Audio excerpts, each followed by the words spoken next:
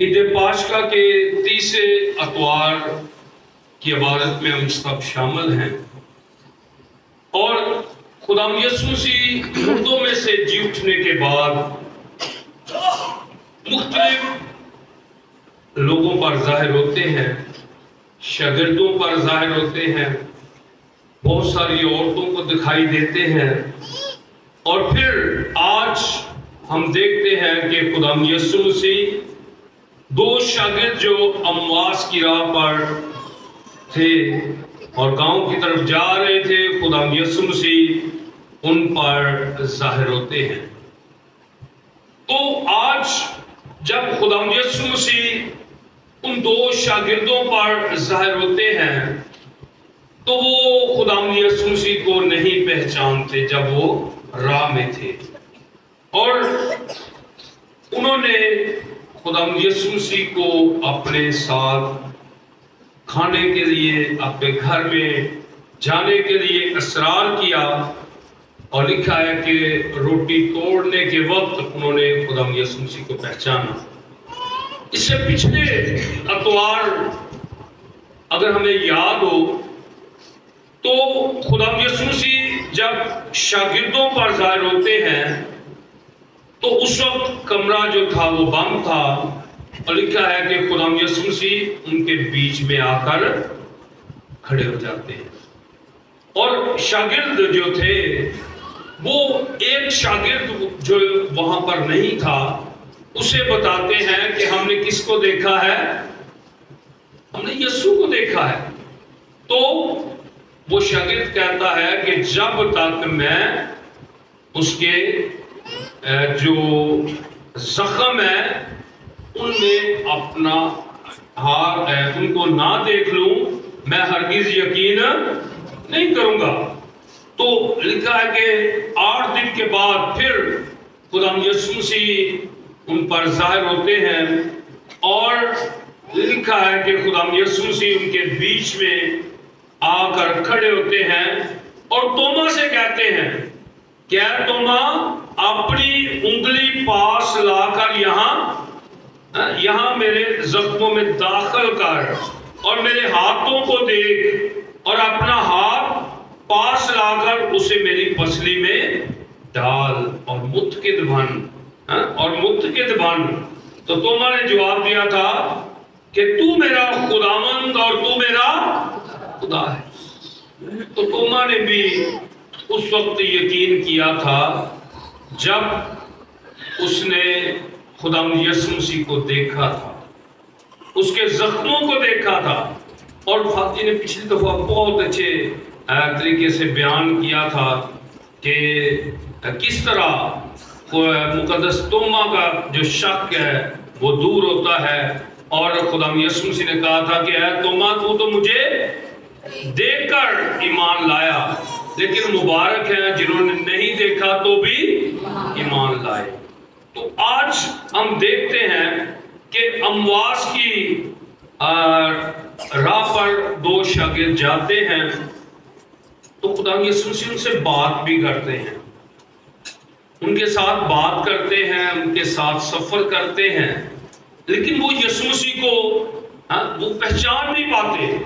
بہت دفعہ ہم بھی اگر اپنی زندگیوں پر غور کریں تو خدا یسوع مسیح کلام میں فرماتے ہیں کہ میں دنیا کے آخر تک ہر روز تمہارے ساتھ ہوں۔ تو پھر ہم غور کریں اپنی زندگی کو، ہم پرکھیں کہ کب خداوند میرے ساتھ تھا، کب میں نے خداوند کو پہچانا تھا۔ کیونکہ اگر ہم غور کریں تو بہت ساری باتیں ہیں جن میں ہم پر ظاہر بھی ہوتا ہے۔